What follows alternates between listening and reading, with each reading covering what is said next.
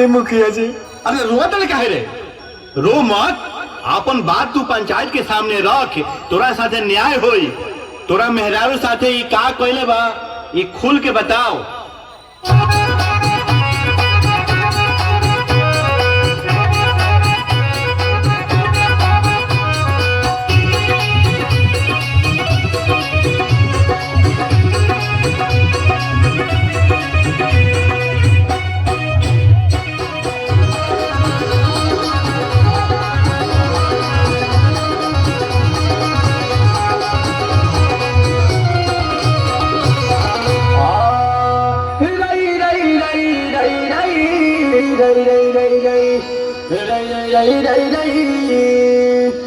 अपन हारल में हरी के मारल हाल सुनावतानी, मिलल में हर कैरेक्टर के ढीला काटतिया यार संग छानी। चाहता नीरौरे केस फरियादी मुखिया जी, चाहता नीरौरे केस फरियादी मुखिया जी, फरियादी मुखिया जी, फरियादी मुखिया जी, फरियादी मुखिया जी, फरियादी मुखिया जी, हमके मौके से ताला कर दिया वादी मुखिया जी, चाहता नीरौरे केस फरियादी मुखिया जी, मौके से ताला कर दिया वादी मुखिया जी, सबे चाहता कि केस फरियादी मुखिया जी।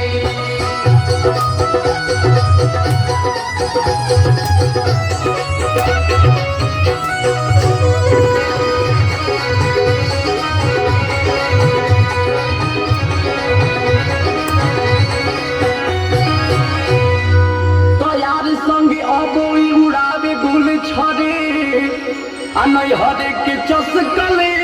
कद मान नहीं भरे,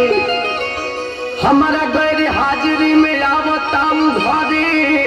अब पीठ पीछे मौगी से वैसे मौज करे, तो काहे नाही उठी लहरे जहर भइल जिंदगी, आधा खूब नाही करा के कह दी ओकर जोर रहे, ऐसन खेल कड़ी से मुक्ति दिलावादी मुखिया जी, चाहता नीरौरे केस फरियादी मुखिया जी, फरियादी मुखिया जी, फरियादी मुखिया जी, फरियादी मुखिया जी, फरियादी मुखिया जी, चाहता नीरौरे केस फरियादी मुखिया जी, हमके मौके से ताला कर दिया वादी मुखिया जी, मौके से ताला कर दिया वादी मुखिया जी, सबे चाहता कि केस फरियादी मुखिया जी।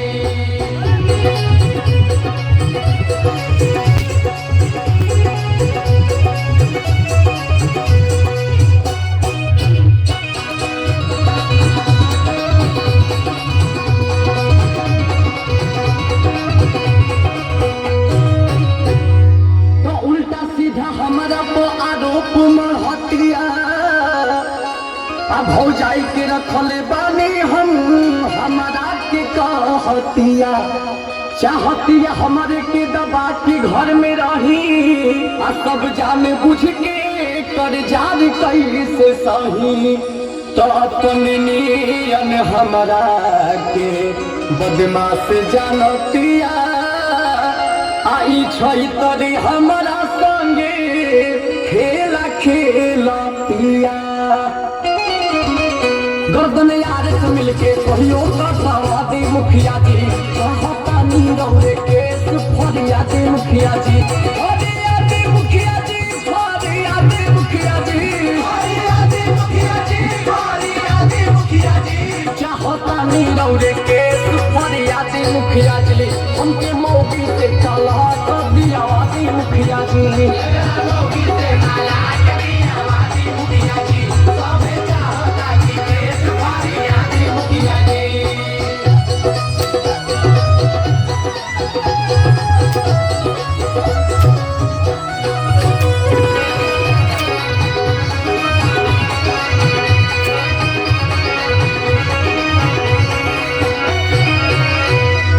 तो गांव समाज में झुकाई दिलस माथ हो, आयार संग खुद हम पकड़नी रंगे हाथ हो आ कहत रही भाई हमारे नाता में लागी आ कुल खानदान में लगाई दे लस दागी रहल कायब बाकी जे मांगतिया माफी आ जवना से फसल भी उहे के राखी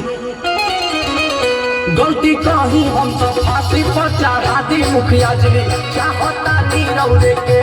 फरियादी मुखिया जी फरियादी मुखिया जी फरियादी मुखिया जी फरियादी मुखिया जी फरियादी मुखिया जी चाहता नी रौरे के फरियादी मुखिया जी हमके मौगी से तलाक दिया मोदी मुखिया जी मौगी से तलाक दिया मोदी मुखिया जी मुखिया जी